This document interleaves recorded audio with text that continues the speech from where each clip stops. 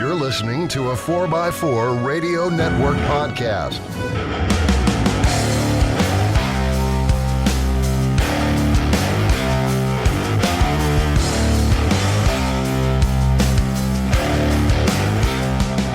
Hi, Jippers. It's Scott here with another exciting adventure for show 182 of On the Trail with Kevin and Scott. I am the slapstick parts guy, now redoing my parts career, doing as an actual parts career guy, and trying hopelessly to fill enough fill time for Kevin to jump in here at any time. Kevin, please save me. And while I don't read instructions, sometimes I will use a zip tie or a stapler when needed. Yeah, last time I used a stapler was not a good scene. I didn't have that many Band-Aids in stock. Well, I wanted that earring. Anyway, folks, I'm Kevin, the engineer, the guy who actually went to college, has that little piece of paper on the wall. I tend to read instructions, I tend to use the correct tools, and I normally follow the instructions unless I feel like I'm being creative, which I've been doing a lot lately. Yes. Unfortunately, it really hasn't been on the Jeep. Poor Jeep's feeling rather neglected. No, not really. We took SA for a spin today. Yeah, we ran it, and you still stabbed the brakes, and she still wants to go into the passing lane. Or the other lane. So I need to do a little break. Yeah, take a break and do some breaks. Instead of brain salad surgery, I guess it would be brake salad surgery. Anyway, sorry, ELP. As always, we'll share with us what worked and what share didn't. with us. As we shared with you what worked for us as well as what didn't, like me, again, trying to get through this intro. It's always up to you to read instructions. Do it. Follow the instructions, read them, and please follow them. And something it's like that. It's up to you to choose what you want do with your Jeep. And as we always ask you, is that unless you're knowing what you're doing, please follow read the instructions and follow them. Even I'm getting screwed up with him today. It's contagious. Exactly. So welcome to show 182. Lots of people sent us some information about the GPW stuff. I have to find this real quickly because you find that. I was going to say, pardon the fact that both of our voices may be a little gravelly and wheezy, and it has nothing to do with any of the normal stuff. It's just spring has sprung in Florida. It is 94 degrees outside, and I feel sorry for those of you who are up there freezing at 9 degrees and that kind of stuff. We just have a 0 on the other end. And the pollen, it is snowing, yellow snow. Yes. And I don't mean the doggy kind. I mean, we have pollen everywhere. We were coming down the road. Yes. Scott was looking at a two-door JK coming the other way that he thought was Army green. Yeah, I'm like, hey, that's a cool start. Oh, that's not the color. That's not the color. It was like red, but you couldn't tell it because he'd parked under an oak tree. Yes. Well, the funny thing, too, is Brandon, as you asked for us for some more vacation tips, literally as we're recording this, you just sent the text message through our messaging system. Come on down. Bring the Zyrtex. Yeah. It'll be fine. Yes. Loratadine, Zyrtec, whatever trade name you Oh, do we have the money now?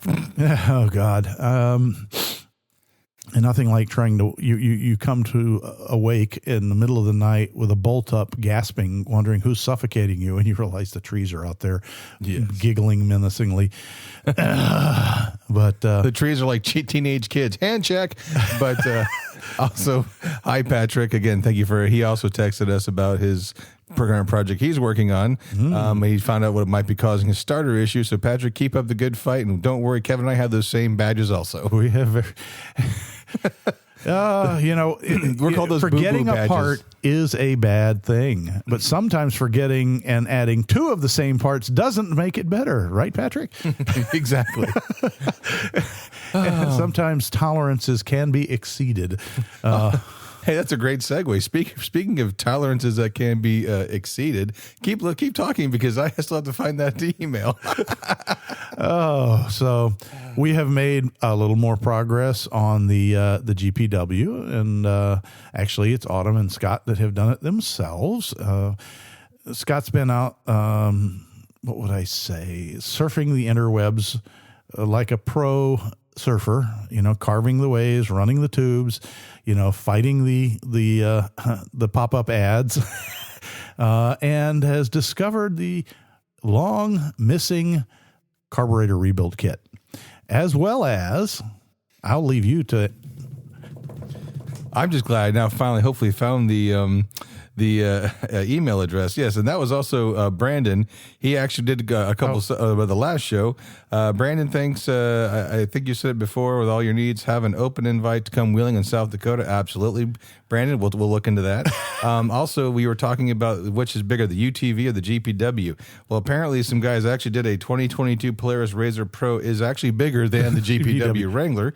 And lastly, it wasn't a Wrangler back then. It was just a Jeep. Yes. It was the Jeep, and the one and only Jeep. The one and only Jeep, and basically, as other people have said, as far as the show topic goes, what kind of wheeler are you? They all came up with some really good ideas, but the most impactful and interesting one is basically where people have said the same thing: is do what you want with your Jeep and enjoy it. Yep. That's the most important thing because because we always talk about what we want to do with our Jeeps and what kind of wheeling. They all said the same thing. Build the Jeep for what you want, and they're taking our advice wholeheartedly. Or they had their own idea, which is just as good or better.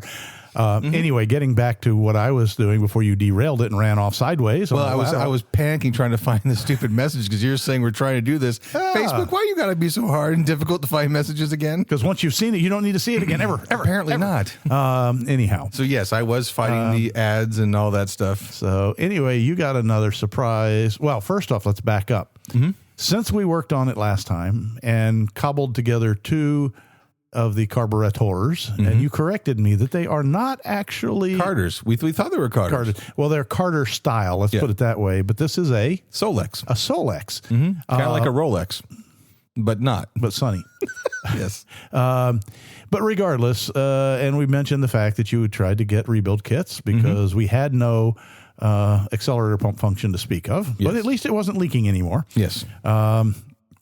And then since then, you went out and you guys tried to start the little beastie. So why don't you share that with them? You shared it with me twice. We tried to get it running. Of course, it wouldn't run, and frustration ensued.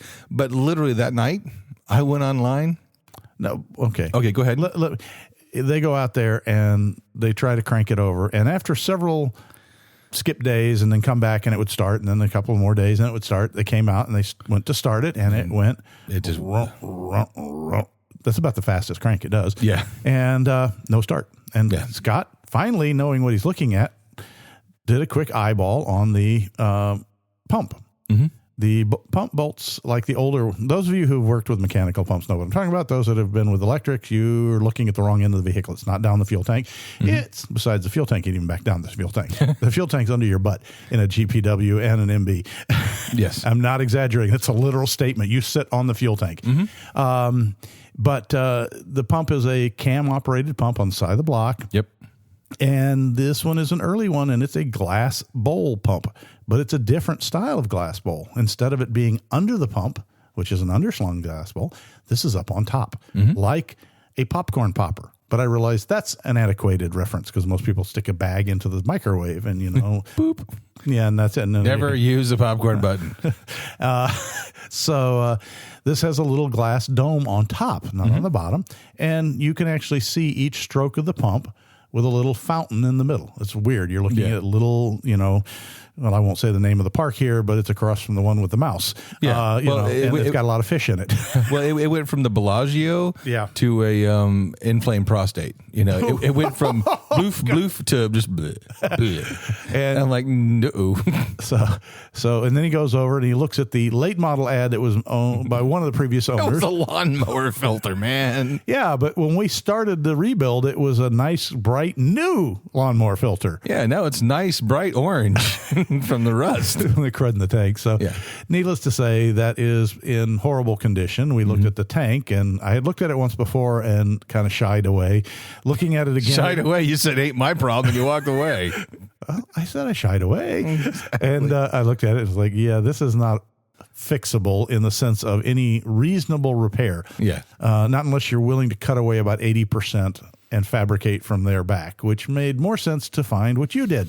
Well, actually, fast forward, I was on the interwebs again, hitting all that stuff, and lo and behold, it was 10% off fuel and exhaust products with code FUEL10, and I'm like, hey, and it's actually through the Willys Kaiser website for parts, and so I snagged a fuel tank, and they actually had the rebuild kit. Yep. For almost $20 less, and I got 10% off my order, and I also got free shipping.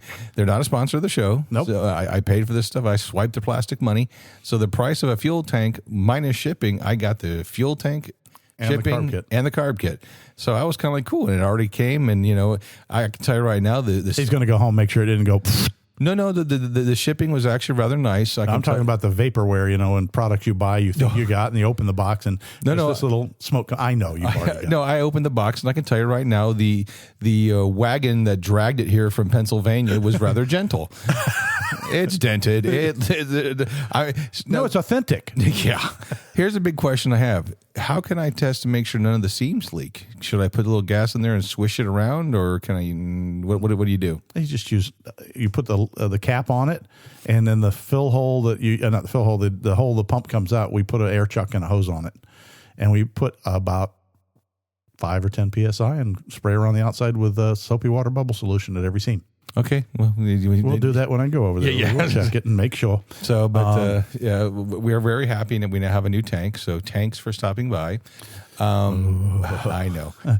So now we have a new project, and that will be to go over again to Deltona, Florida. Not the more famous Daytona, Florida, but its next door cousin, Deltona. Yes, and it's commonly referred to by the locals as Smelltona because it's built on a dump.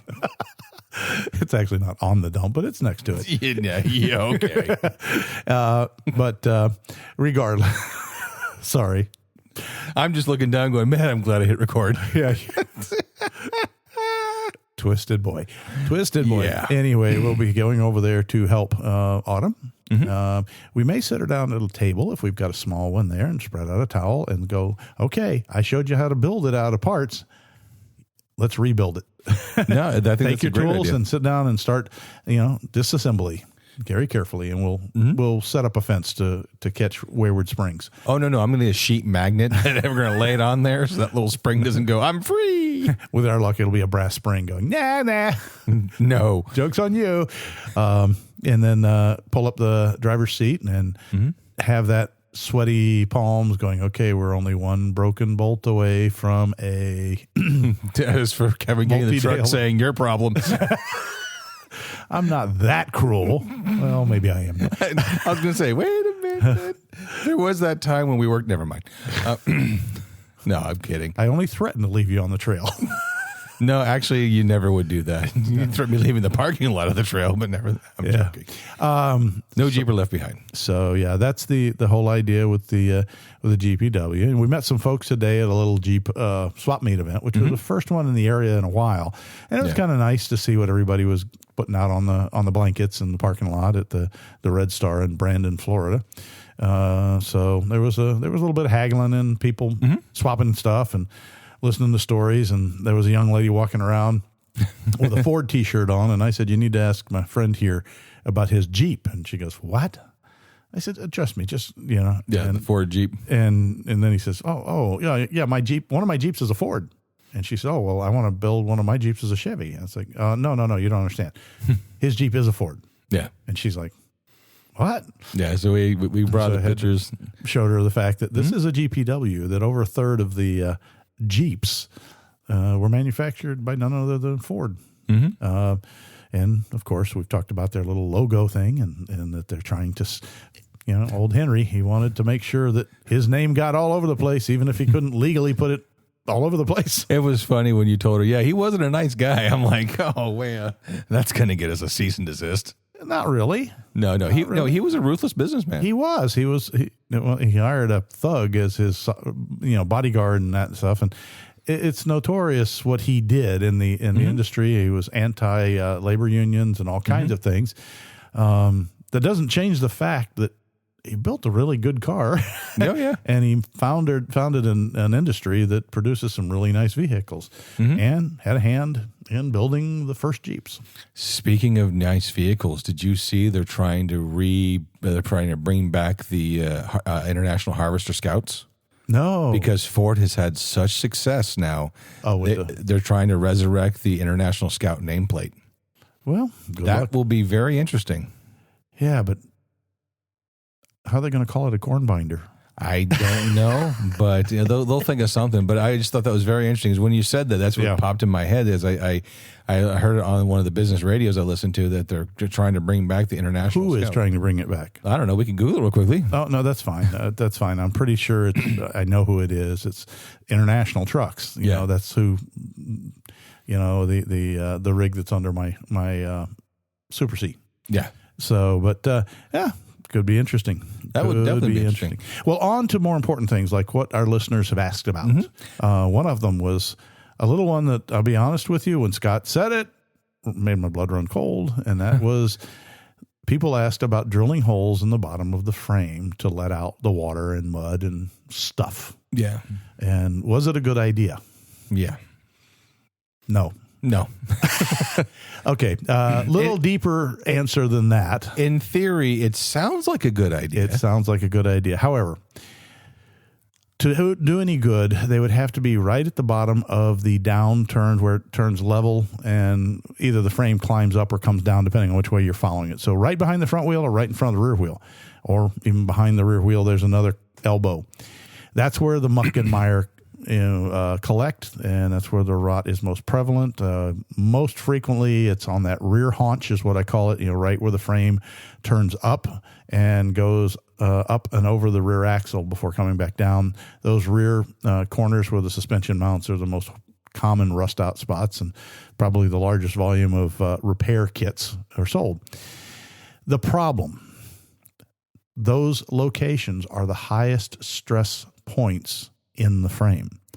They're where all of the suspension load it's trying to bend that. You have the arms connected in that location, and then at the top of the arches, you have your coils and shocks trying to push that up while the arms are trying to pull it down. Mm-hmm. Therefore, you're trying to bend that elbow closer, actually collapse it.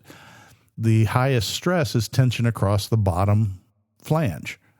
You're going to drill a big hole in your most highest stressed member. Yeah. You're just asking to cause problems. If, and I'm going to put it out there with guard here, if you feel you absolutely positively have to do that, get yourself some 3/16 plate steel, maybe a little thicker if you can, but that'd probably be good. And cut yourself a diamond shape. Please don't cut a square or a rectangle, but a diamond. And the diamond's points, the narrow points, should be about the width of the bottom of the piece of frame. And then the longer points apart on the diamond, if you want to think of it as a diamond star shape, I'm trying to describe it, should stretch on out so that, let's say the frame, I'm just going to grab you need 1.5 inches wide or 1 3/4 inches wide at the narrow parts. Let's make them 6-8 inches to the sharp points. So you have this really elongated, stretched star shape, or diamond shape. Then clean the bottom of the frame. You're going to have to heat this and bend it around the curve so the widest point is kind of at the bottom of that curve where you want to drill your hole. And then go ahead and clean up and fully perimeter weld that star shape to the bottom of your frame. Okay. Drill your hole through both the frame and that plate at the same time, and then edge weld that back together. Yeah. And you should pretty much give yourself a replacement amount of metal to take care of the stress so your frame won't fold up. Right. But understand, that's off the top of my head. I'm not telling you and guaranteeing anything, because that one's, you got a lot of load going on there. Mm-hmm. So making a hole, it's a great idea in concept to make a cleanable location, but I would really worry about, everyday driving, you might get away with it. But first time there's an accident or you really hammer down on some rocks, your frame's going to bend there because you're taking away the strength. Right. Unfortunately, beam dynamics being what they are, box tube, I-beam, I don't care what shape it is. Bottom chord in those situations is the stress chord that's in tension, the top's in compression. The middle of the frame where you think, well, I got lots of meat on the sides, it's called the neutral axis. It doesn't really carry any load. Right. So, it's a great idea, but it's hard to execute safely. Now, that leads to the next question. which is what I've heard from several people. But what am I supposed to do then? Well, we have an answer or two for that. Yeah. And we've covered it on a couple of shows, but we're going to hit it again because it keeps coming up in the questions. So obviously we didn't say it loud enough last time. So turn your speakers way up. You need to clean and treat the inside of your frame. Yeah. And I wish I could remember our listener that gave us the issue back when, the idea before, but we have actually tested this, and I own one, is you can, if you have a pressure washer, you can go on Amazon and you can purchase relatively inexpensively a sewer jetter kit. It's a small diameter, very stiff plastic hose and a coil. And on the end of it, they give you a couple of nozzles. And you'll look, there's a jet facing forward and 3 or 4 facing backwards. Please don't pull the trigger on your pressure washer when you hook this up like a nozzle if you're standing there, because you will get wet and hurt. Because it's like a little rocket. It's an injection wound if you do that. But you slide this thing a little ways, at least a foot into your frame. Park your Jeep nose up, nose down, just up or down one of the ways so the water can drain. And then start up your pressure washer and go ahead and pull the trigger and kind of keep feeding the hose. It's going to pull itself in. And if you got to control it, because it's going to pull itself in rather violently. And it will send absolutely torrents of everything, every trail you have ever ridden. The remnants will come roaring back down. This is T-Rex claw. Yeah, this is why you put the nose of the Jeep up or the tail up, whichever way you want to drain, so that those big holes right in front of the rear wheels and right behind the front wheels are somewhat low. Yeah. Because everything's coming out at you. And you just keep running that thing back up and down until the water runs clear. And then you can turn around and park the other way and do it again. And then you can go to the ends if you can and see if you can find an opening that the jet will fit into. And you'll be surprised. You'll get a tremendous amount of the junk out of there. Now, if you live up where salt is prevalent, like in the Northeast, North Centrals, where they salt the roads heavily, this is a great thing to do. In fact, I'd go so far as to, you can use regular water, but if you have a water softener, go ahead and hook the house water softener line up to your pressure washer for the rinse out and rinse it with soft water so you don't get any calcium deposits in there from hard water. Right. I realize there are places that don't have hard water in the United States. I've never been to them, but I'm sure they're there. Florida ain't one of them. Florida is not one of them.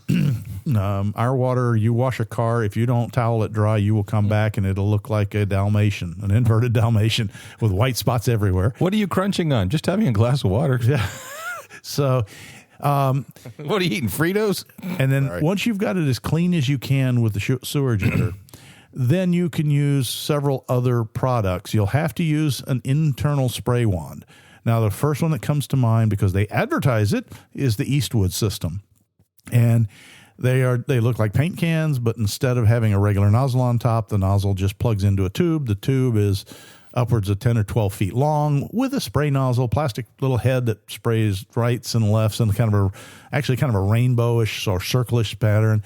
And you just work that up and down, doing final slow pull out. They usually recommend that you do this from different directions about 2 or 3 times, letting it dry 24 hours in between each time. Definitely let your frame dry after you use a sewer jetter on it. Oh, yes. Yeah. You want the frame to be dead dry. And I can't stress that enough. If you stick a rag in with a string on it and poke it down into the low points with a stick and then pull it out and it's still wet, you're not done. So it could possibly take a week for the drying out if you really were cleaning something that was gooey up. But you treat it and then let that dry. And then there are encapsulants and finishes. I know Pour 15 doesn't have the sprayer, but I know you can get the nozzles that go inside pipes from other kits. But the idea is you clean it, you treat the rust, because I guarantee you got a Jeep frame. It's got rust inside. Yeah. And then you can treat it with a protectorant. Now, this is the one that's kind of got a lot of people up in arms. Eastwood sells a spray-in that's kind of a fancy silver paint. You can get it silver or black. Pour 15 has their finishes. Other ones have different ones. And there's a reason auto manufacturers don't use a lot of those, okay? They don't really travel down into crevices that well. Yeah. They coat pretty damn well, and they keep it well and clean, but frames are made out of lapped and welded pieces and crevices with folds and stuff like that. What seems to right now be the hottest ticket is something like a fluid film, lanolin-based grease that can be sprayed in. I know it's used in the northeastern U.S. a whole lot with reasonably good success because it kind of, believe it or not, it almost is better if it's a little dirty because it soaks into the dirt and it forms a moisture-resistant barrier, but it also never really hardens. And so when you get into the hot summer, it'll actually liquefy and kind of work its way down into those crevices through capillary action really pretty well. Right. You do tend to have a vehicle that when it rains, it smells like a wet Jeep, a wet sheep, wet wool. Well, that's not too bad. But hey, beep, beep, I'm a Jeep versus beep, beep, I'm a sheep. I don't know. No, it's beep, beep, I'm a Jeep. Bah, bah, I'm a sheep. Oh, okay. Sorry, I went out on a lamb with that joke. But if you take a look on Eastwood's website, they have some neat pictures inside some various frames. They're not necessarily Jeep frames, but you get an idea that it's not just an empty hollow tube. Mm-hmm. There's brackets and braces and stuff that were nut plates that were welded in there.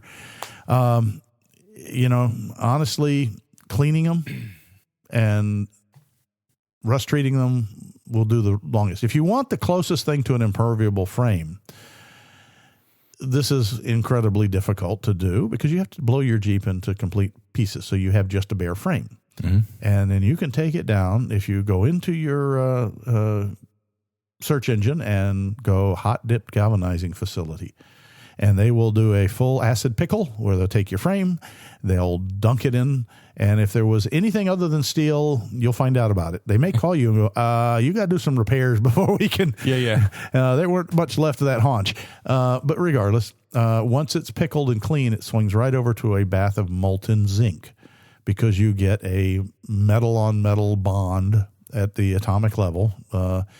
And the thing about a zinc coating is that a true zinc, not just a paint spray on zinc, because that you have the plastic of the paint surrounds the ground zinc and doesn't let it make as good of electrical contact with the metal as the hot dip.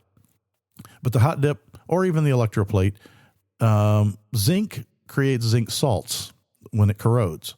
It's also less noble on the corrosion charts than steel. So therefore, when the steel wants to rust, the electrons from the zinc essentially run in and they fill the hole, and the zinc kind of oxidizes and it creates zinc salts that literally will protect the wound, if you want to call a scratch a wound. Almost like a scab. And that's why you see all of the heavy outdoor equipment from guardrails and light poles and they're hot dip galvanized. It's expensive, yes. But what's it worth to have a frame that will probably just about never corrode, or at least have 100+ year life? It's the only way to be sure. Now, you were talking about also, besides the fluid film, but the crevice wax, I think it was. Yeah, the other one you can do is the body shop arena that Scott uses a crevice wax or body wax or spray wax. I'm used to calling it a crevice wax. And it's commonly sold with a wand also, and it's used to spray in the bottoms of doors because that's where that roll seam at the bottom of the door collects water like crazy. Yes, it does. And that's where it rusts. And this crevice wax will actually stay semi-soft and liquid and can migrate. So when a body shifts and creaks and heats up and expands and contracts, the wax will be drawn deeper in as well. Right. So it's kind of kin to the fluid film without the sheep smell. Nice. So it's a little harder to get. You have to go to a body shop supply. But if you're doing a restoration, it's not colored. It's not a paint. It's just kind of a yellowish tan thin film that almost doesn't show. Right. So you could, cavity wax. That's it. It's cavity wax is what it's called. Thank you. Yeah. And it was created primarily for the bottom of door seams and that lip around when you had the metal inner fenders on the trunk seams, right in there, they would always, right along that edge outside, you get those rust bubbles where the sheet metal was hammered into the inner fender. Mm-hmm. And that will fill in there, and it will help displace the water. It does not repel it. It displaces it in a nice function and tries to keep the material intact. And as far as it goes, it's got pretty good track record as far as longevity. Yeah. Of course, it's one of those things, like a lot of things, like fluid film. Also, if you spill paint thinner in the back of your Jeep, you're going to have to let it air out and reshoot it because it's going to take all that stuff away. Yeah. It's not a hard chemical catalyzed process. So drilling holes,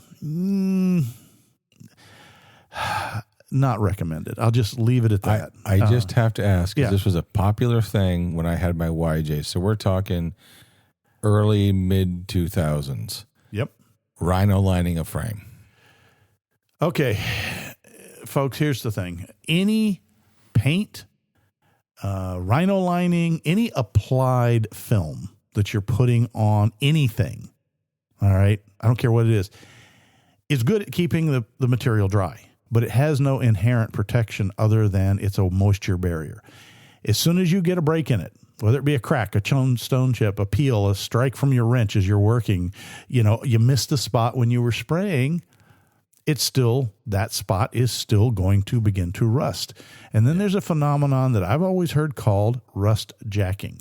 You've also heard rust bubbling and blisters in your paint. Mm-hmm. Okay. That is rust jacking. The volume of rust, I'd have to look it up, but I believe it's 20-fold increase, but I'm not sure. Well, let me.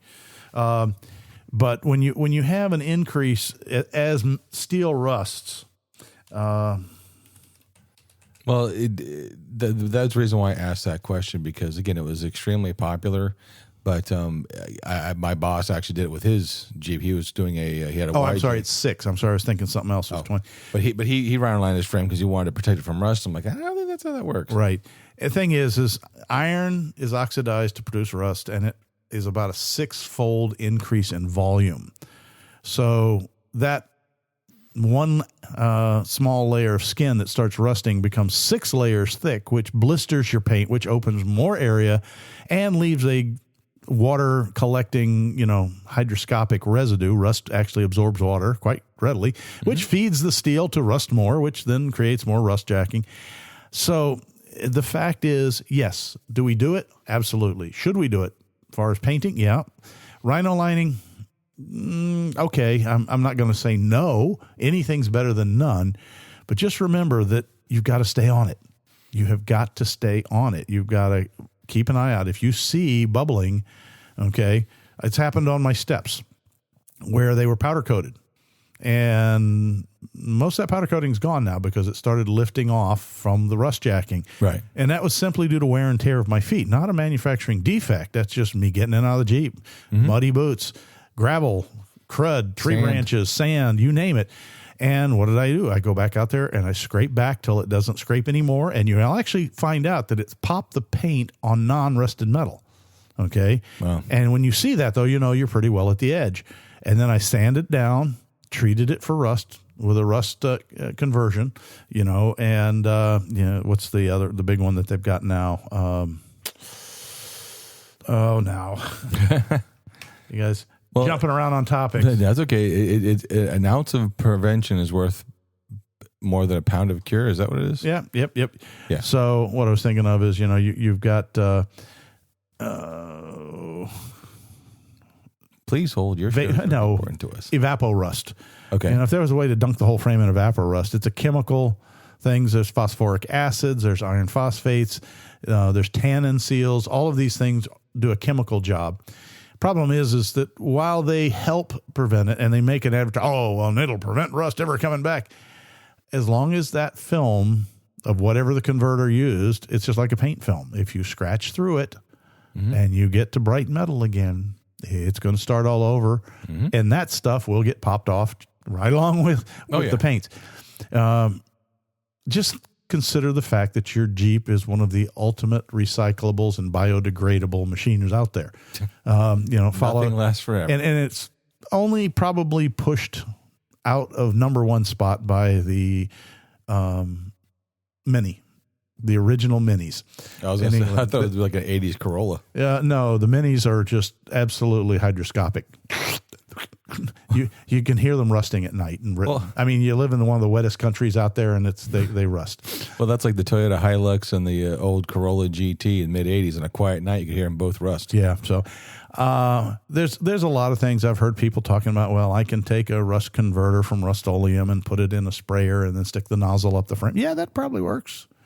Yeah, there's a lot of ways to remove rust. Okay, some work better than others, but it's the whole side of the Holy Grail. How do I stop it from coming back? Well, move to Arizona comes to mind.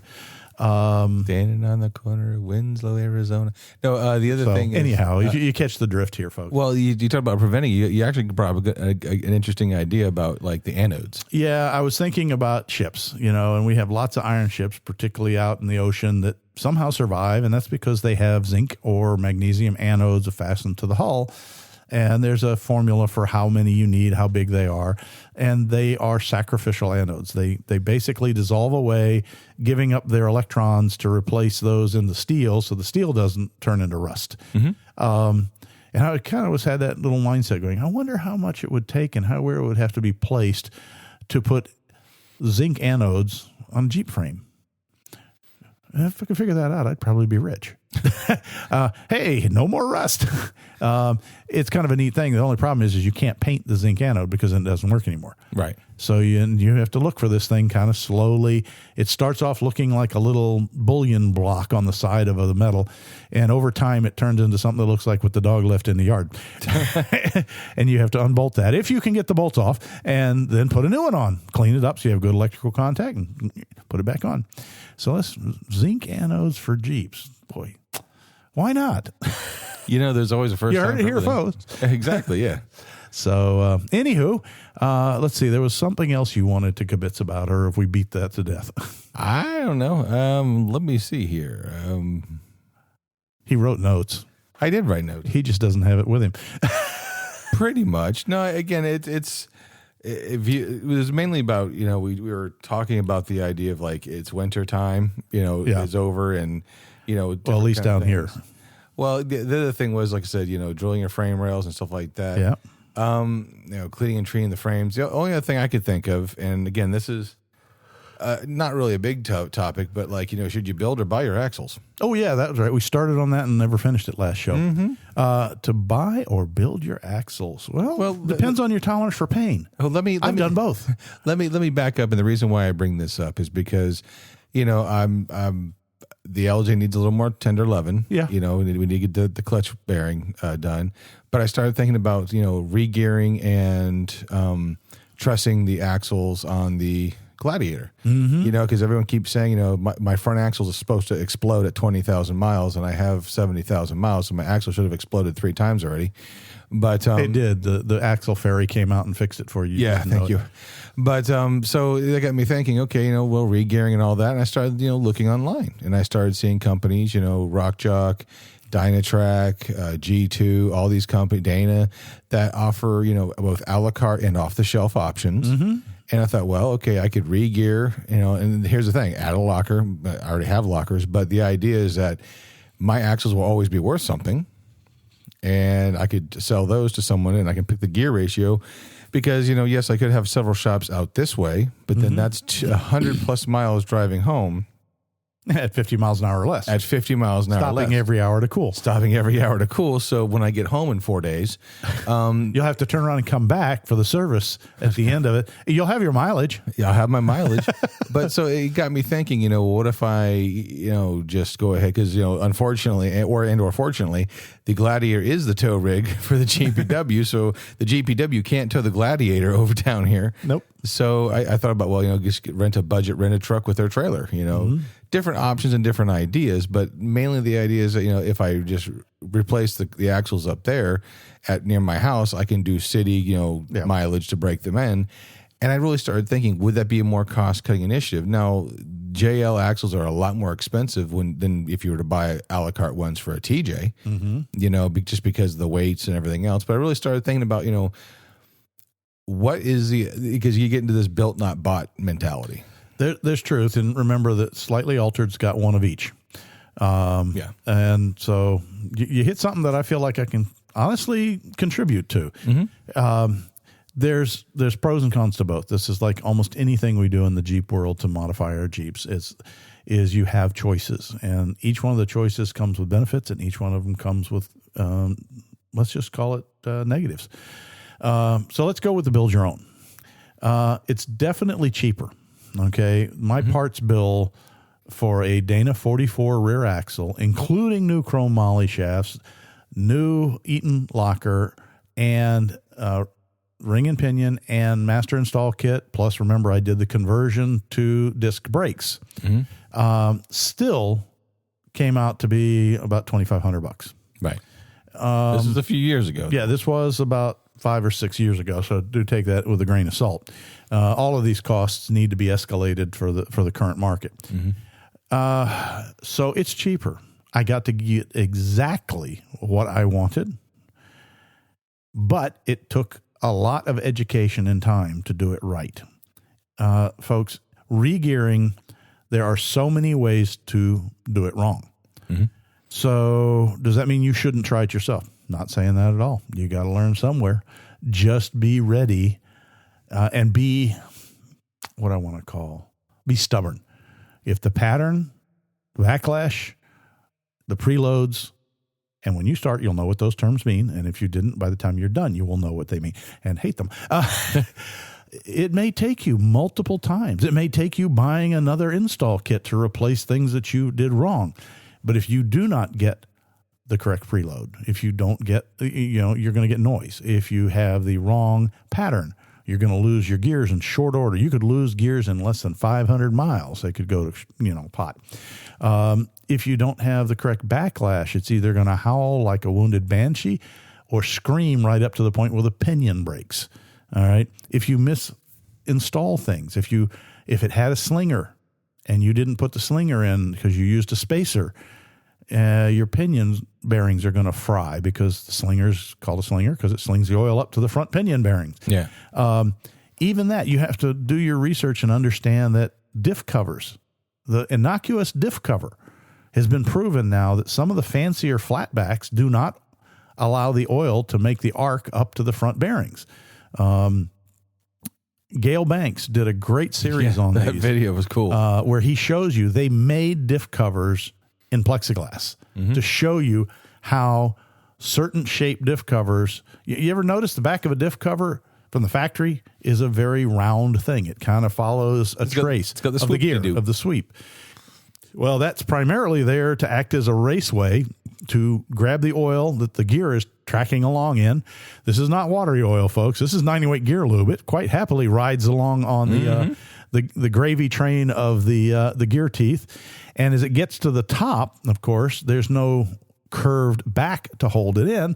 So then it goes and it literally flies up against the roof of the differential in this steady fire hose of 90-weight gear lube moving forwards. And of course, more than enough goes down into the pan to keep the gear lubed. And if you ever wonder, well, if I don't fill it up that high, how's the oil get down the tubes? When you see this literal cacophony of oil in this video, you will go, oh, never mind. I see how it goes down. It goes everywhere. Oh, yeah. It'd be just kind of like you taking a leaf blower with enough power and filling it full of gear lube and shooting it at the roof. Now find a spot in the garage that isn't covered in 90-weight gear lube. So, you have to be aware of that. You have to be cognizant. I don't recommend you doing it if you don't have a buddy with you that's done it and done a few and is willing to help hold your hand and train. I took classes. I did studies. I read articles on it. I read the manufacturer's manuals, and I still looked at it and went, yeah, no. That's when I got Ron from Red Scorpion Works to come over and sit down with me. And he'd been doing them, but he hadn't been trained. And so we sat down and we taught each other. I said, well, you need to check this for preload on the pinions. And he goes, I always thought this was good enough. Like, no, that's really light. That'll wear the bearings quick. So we went back through that. But then he's like, no, don't put that in this way because it'll bind. You'll have to look at the pattern this way. And so we took each other and we walked our way through, and I took photos continuously, comparing befores and afters. And I ended up with a diff that has now got almost 50,000 miles on it. And when I change the lube, I check the pattern. Pattern still looks like the day I've had it in yellow goop that you put on the teeth. and I'm very happy with it. You know, my bearing preload's good. I'm still in great shape. I don't have any whining or howling. So, you know, but was it easy? Nope. On the other hand, let's go to the front end. I'm looking at that going, I did the rear. I can do the front. And I did a front. I did a Dana 30 as a test rig. Okay. Now, a Dana 30 is not exactly the strongest front axle in the world. No. Ask me. I've bent two of them. And didn't actually break one. I just make them smile, make them kind of happy. So I looked at that and was reviewing my options. Do I buy a 44 core, or do I buy a 44, or do I have a 44 built? Right. Well, that's back to what the original thing is when Ron first started, I was there helping because I wanted to learn how to do gears. So I sat and I did probably 10 sets of gears with him, learning the process. So do I have the wherewithal and means to do a gear install? Yeah. But see, now I add the caveat of the lockers. I didn't do any lockers install. So with the Rubicon, I got to take out the factory locker. And if I'm going to do this, put the factory locker back in. And I remember when we had problems with the JK, we had issues where we had to cut a couple races off and move some things around and use a straw to allow the bunny rabbit to go through the hole or something like that. So I don't have those skills. Yeah. And so those are parts of the decision that you have to give yourself. Now, in my case, on the front end, I decided that my time at that point, I was still gainfully employed as a real practicing engineer, putting several millions of dollars of construction dollars into Florida military structure. And my time was worth too much because this was going to take a long while. I knew I didn't want another 30. I scouted for a 44 core that I could build, a steerable core, and didn't find much. Plus, in the Jeep world, the front 44s still have thin wall tubes and the Coke bottle C's. Well, that's what I was bending, was the Coke bottle C's, you know. Do I really want to do that? Okay, so, well, I can buy the heavy forgings. I can, you know, and I started adding up the effort and the parts and the tools, and I realized that for me to do it was going to be within probably, I'm going to be honest with you, probably within $500 of just having a professional do it. And not just any professional. I started looking at the manufacturers. Okay, who would let me do the a la carte? And when I called them, Pro Rock, not a sponsor, and they didn't pay me for this. In fact, this is from, 5 to 7 years ago or something. Well, no, we've been on it for 7. So it's been quite a while ago. Let's say almost 7 years ago. They immediately said, okay, well, you know what? You need to talk to a technician. An axle fabrication technician, because I was asking them things about, can I adjust this? Can I do that? Can I choose? Right. He says, first off, the answer is yes, but we're going to give you somebody who's really good to talk to. And Pro Rock was great. Well, not Pro Rock. It was, Rock Jock? No, it was Dyna. Rock. No, I had Pro Rock 44, so it is Pro Rock. Well, whatever their master brand is. Okay. Sorry for the mental fatigue there, guys. But they sat down and he says, so talk to me. How are you using the Jeep? What kind of wheeling do you like to do? These questions sound familiar. Yeah, it was. And I told him, and I said, look, I'm primarily a expeditionary trail enthusiast. I like to go out in the woods and across the back country and go exploring. Occasionally obstacles, yes, have to be overcome. That's part of the trail, but I'm not a rock bouncer. I'm not a gravel pit runner. I'm not a mud bogger. He says, okay. I said, however, I've bent the last 2 axles on the front of my Jeep. He says, where was the failure? And I said, well, the C and a little bit on the long tubes were bending. And he says, hammering the front end much? You got a big engine? I said, no, I have the 6. And I said, not hammering the front end any more than necessary to get through things. But I said, yeah. And so we talked at length. And he said, look, I'd recommend, number one, from what you're telling me, a nodular center section. You can get a cast out of gray iron, or you can get it cast out of nodular iron. Nodular iron is more expensive, but it's more resilient and bouncy, and it doesn't break as often, and it takes a lot more to break it. But it's at a premium. I said, okay, should I get 3/8 wall tubes? And he says, don't think you need them. He says, you can get them. I'll sell them to you. But I think the 3/16ths are all you need for what you're doing. He says, you haven't told me a lot of failures in the tube. 3/16ths are more than twice as strong as what you've got in there right now. And then he said, you definitely need our outer Cs. And they're no neck down single forgings. He said, we can clock the internal angle, which is the included angle between your caster angle and your pinion angle, to whatever you want. And I said, really? I know what I need. I said, I need something up in the 14 to 15 degree range. Oh, no problem. He says, we can get anything you want. You want that pinion going straight up to the sky and 30 degrees of caster? I can give it to you. He said, you have a hard time hooking it up, but yeah, I can give it. He said, we can press it any way you want. Right. He said, then you can tell me, where do you want your suspension in line to that? And I gave him okay, this is where I want my suspension mounts in relationship to the caster angle, to the pinion angle. And he said, so you're going to put a locker in it? And I says, what do you guys see? They basically will install the locker if you just buy the locker through them, And it was just one of those things that every time I turned around, he says, what gear set you're on? 456 is what I'm running there. He said, 456 it is, And we went through the whole thing down to including a lube locker gasket. And was it expensive? Yeah. This was, 7-8 years ago. It was $5,000. Buy once, cry once. But it came in a crate. It came with a warranty. It came with gear lube. It basically, and there's a video. I don't even know if it's still online out there. Do we still have it on the website? Yes. No. It's just a time lapse. Had that front axle in a day. Not even a full day's work. And it's been there ever since. And I've stood the Jeep on that axle, the whole weight balancing on that axle, trying not to flip over. And it's taken everything I've needed. So to me, and I'm not trying to sell you guys on it, here's a guy who likes to get his hands dirty. I like to build my own stuff. But even I came to the point that the value of having a professional do it outweighed the satisfaction of doing it myself. I've done enough of the Jeep. Having one custom built piece up there by somebody else, it doesn't really hurt my pride much. Yeah.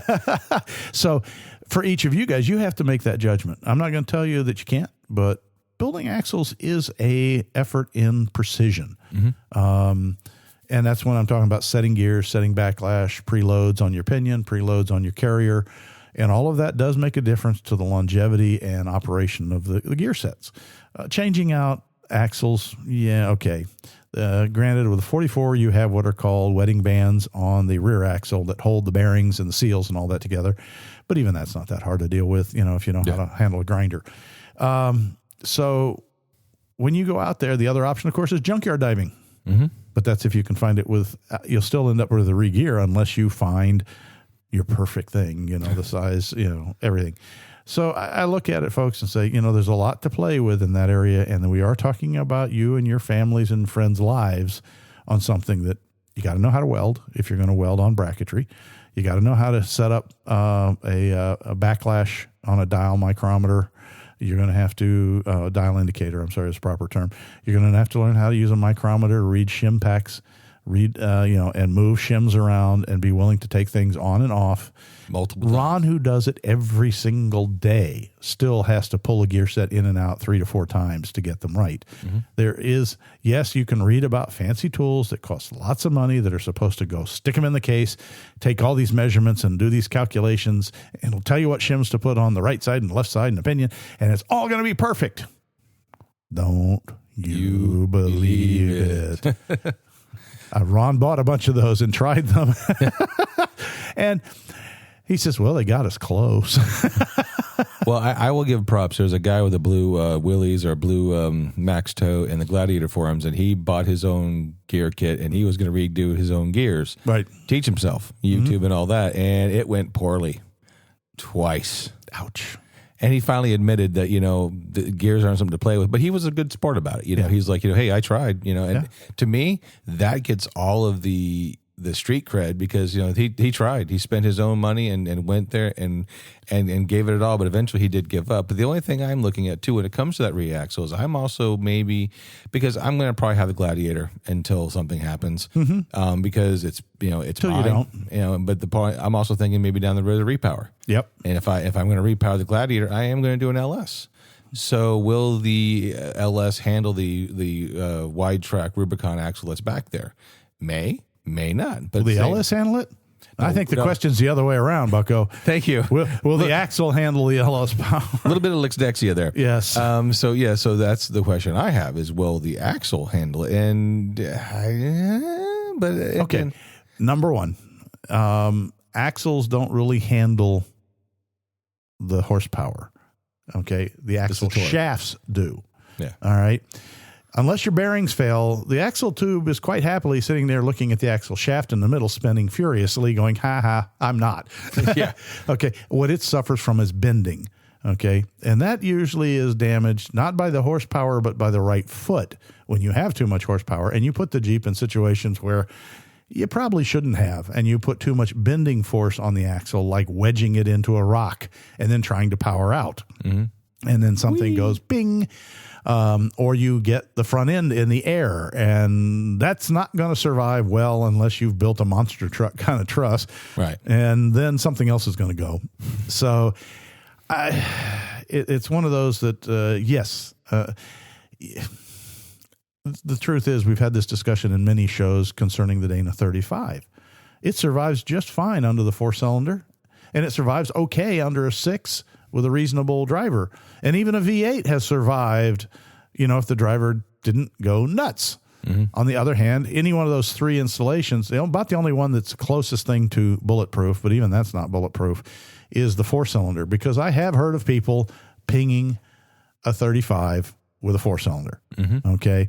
And it had to do with revving and dumping the clutch in a rock situation where they were trying to get unstuck and in low range. And you hear the classic pating and going, why is my wheelbase getting wider? Well, a C-ring left town.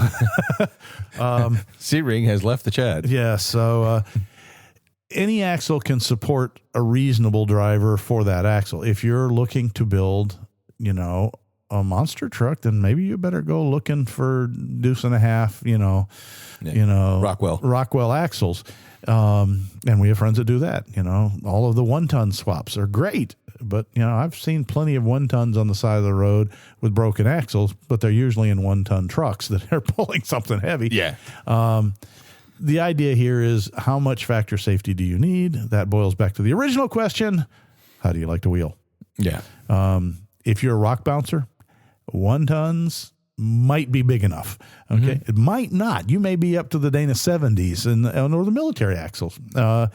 If you're a trail runner like me, where when I come to obstacles, they're approached, analyzed, and I take the best line I can get. Right. And I'm not embarrassed to pull my winch cord out if I need to and winch myself over something that looks like it's going to damage my Jeep. Because my intent is to get over that obstacle and keep going where I'm going, and not to see if I can make it over for a sense of pride. Having said that, those that like that, go for it, guys. I'll watch. Yeah, I'll get the popcorn, or I'll spectate. Yeah, because it's impressive, but it's just not my thing. It's a classic. You're doing something really awesome when everyone's holding their phone. You got. Yep. Isn't that the truth? That's the time when you go, I'm good, winching out. That was, what was that, pipe pile at Jeeptoberfest? Yes, there was. And we saw Tim today. Yeah. Hi, Tim. Are you the reason why his beard and hair is gray that much now? That may be. That was me with old tires, thinking I could make it up a pipe pile, that the gaps between the pipes were exactly the same as the wheelbase of the TJ. No, they were ruthless that year. And I'm sitting there sliding them, literally burning rubber on 4 wheels, everything locked in low range, going, well, these tires, I got new ones sitting at home, ready to be installed. And so I was sawing the wheel. So let's get rid of this feathering. I drift over till Tim turned white, and then start drifting back my way till I saw the edge of the pipes, until I built up enough rubber on the pipes. This is stickiness in the tire. Yeah, this is old drag strip, that burnout before. And the next thing I know, it wasn't burning anymore. It was starting to hop and bounce. And I'm just like, hold on. That was when Scott in the back seat and my bump stop in the rear Left the chat. left the chat, split and clean in half. But man, when that happened, she grabbed and stuck, and loom, we lunched up over and hit the high point, went up and over with the front wheels in the air. And at this point, when we came down with a thud, and yes, that probably was one of the times I've been an axle, I'm not sure, but we looked over there, and as the cloud of smoke was, what's the noise I'm hearing? And Scott says, it's the crowd on the hill. Yeah. And they were cheering, and the phones were all stood up in the air videoing this nutcase in a TJ with passengers. Well, the funny thing was, it's like you had your own ultrasonic parking sensor in Tim. You get close to the edge, like, Yeah. It worked. Exactly, you know. And then Scott tells me afterwards, I said, Tim, are you okay? He said, yeah, I'm fine. I'm going to walk from here. He had a 3-point grip, 2 hands in a. I said, Scott, has he never? He goes, no, I didn't tell you. He's never ridden in a Jeep on a trail before. Yeah. Oh, explicative. Yeah. Sorry. Beep. Well, he has now. He hasn't. Yeah, is that why he never comes to a Jeep? It's taken 10 years to come even to a swap meet. Meanwhile, ultimate trauma. But the point is you can only judge what you know that you can do. Yeah. I do not suggest that you don't try something. Just understand the implications. If you want to learn how to do it, most shops that have reasonable people, the smaller ones, sometimes like Ron will often kind of teach you if you come in and work for him part-time, just do help around the shop, carry things. It's a neat environment. Because he needs for his insurance to cover, you need to kind of be a part-time employee. Yeah. And then you can work with a guy like him. There are other shops that do the same sort of things. Now, don't mob these shops, because then they'll never give us a hint again to give you it on the air. But, otherwise find some friends. Go around your Jeep community. Anybody done gears? How many have you done? You're willing to teach, Mm-hmm. And, you can also say, I'll bring the pizza and beer. Only caveat to that is, and the beer won't be open till after the axle's done. Yeah. Because otherwise you get some really weird results, and no, beer can aluminum does not make good shim stock. Why does my gear pattern paint say Bud Light? Yeah, that's happened a time or three. Yes. But and I know I'm one of these people that, say, and I can hear that everyone typing, but you said 4 shows ago that, not everyone needs 1 tons and 40s. You don't. I don't, but I'm also just, and this is just being real, a lot of this front axle failure really doesn't have me worried per se, but at the same time, I may start wheeling the Gladiator more. And if I do, I don't want to be a trail liability. Kevin and I talk about being a trail liability and what's my plan for that. Kevin has built his front axle to run 37-inch tires. And I run 33s. Right. There's within reason, it's prudent to be a little overbuilt. It is.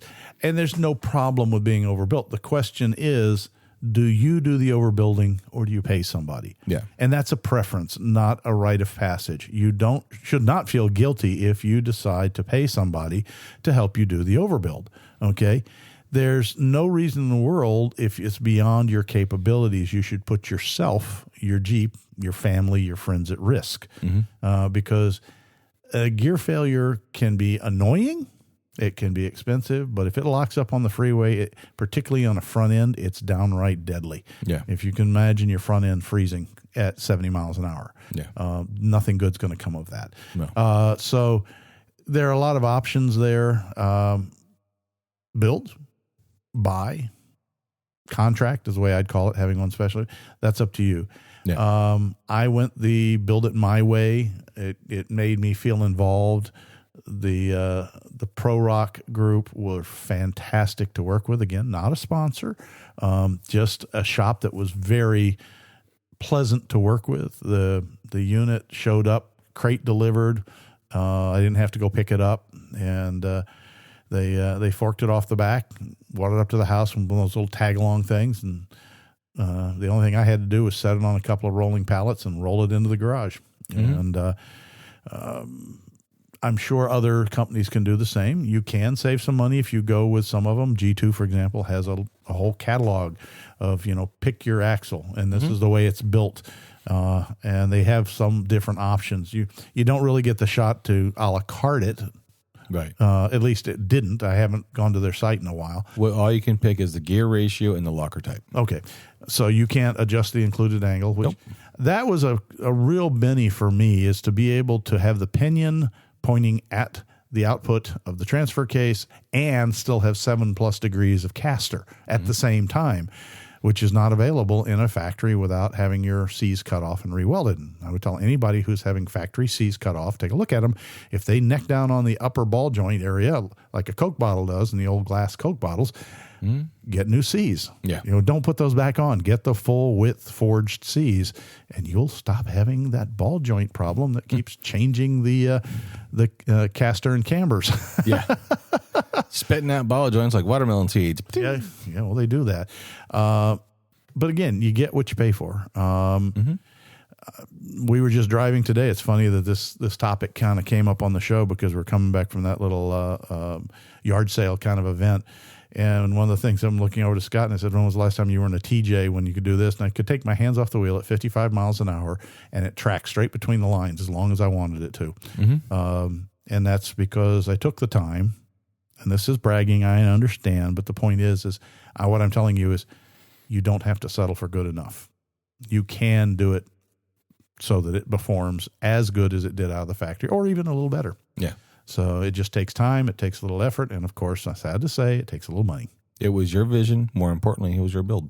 Yeah. My idea was I wanted a sports TJ. It said sport on the side. I wanted it to handle because, as Scott found out, I traded in a sports car, 2-seat sports car for this Jeep, courtesy of my daughter learning to drive and my wife not wanting to have my daughter rack the sports car up. Plus, she took a look at the manual, was all excited, sat down and looked at the floor and said, "Dad, there's 3 pedals. What do I do?" Yeah. Hey, I finally got to use the button. And she did drive it once. Yeah. And forgot to push the clutch in when she stopped. And it was a very torquey little 4-cylinder that would not accept brakes. Yeah. And so you're sitting there with her with both feet on the brakes, leaned back in the seat, grabbing the steering wheel in panic, stomping as hard as she can.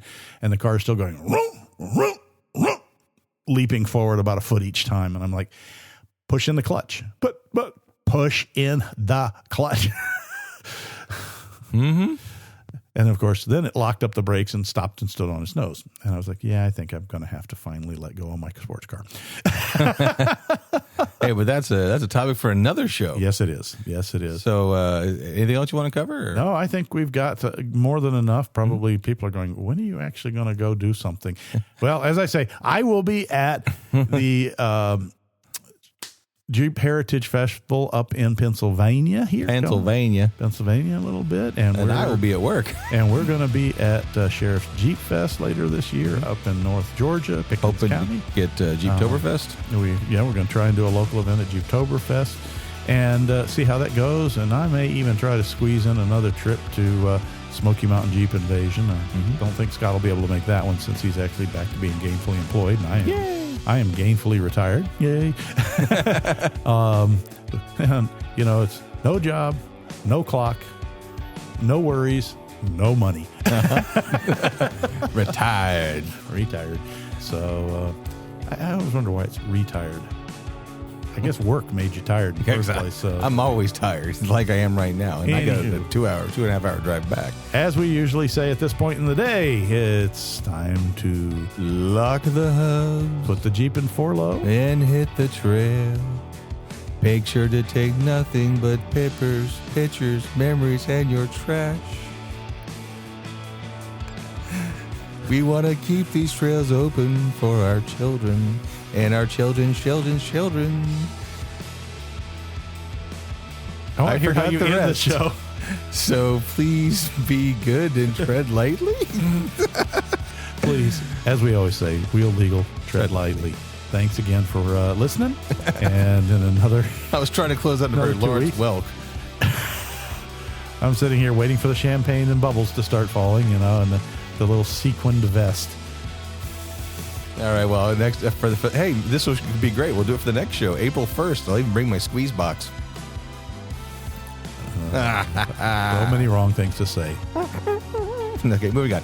Bye, folks. Bye. Proceeding has been provided for entertainment only. Proper service and repair procedures are vital to the safe, reliable operation of all motor vehicles, as well as personal safety of those performing those repairs. Standard safety procedures and precautions, including the use of safety goggles and proper tools and equipment, should be followed at all times to eliminate the possibility of personal injury or improper service which could damage the vehicle or compromise its safety. What he said. Thanks a lot for listening, guys. You guys have a great day. Bye. This has been a Ben Baxel Media production.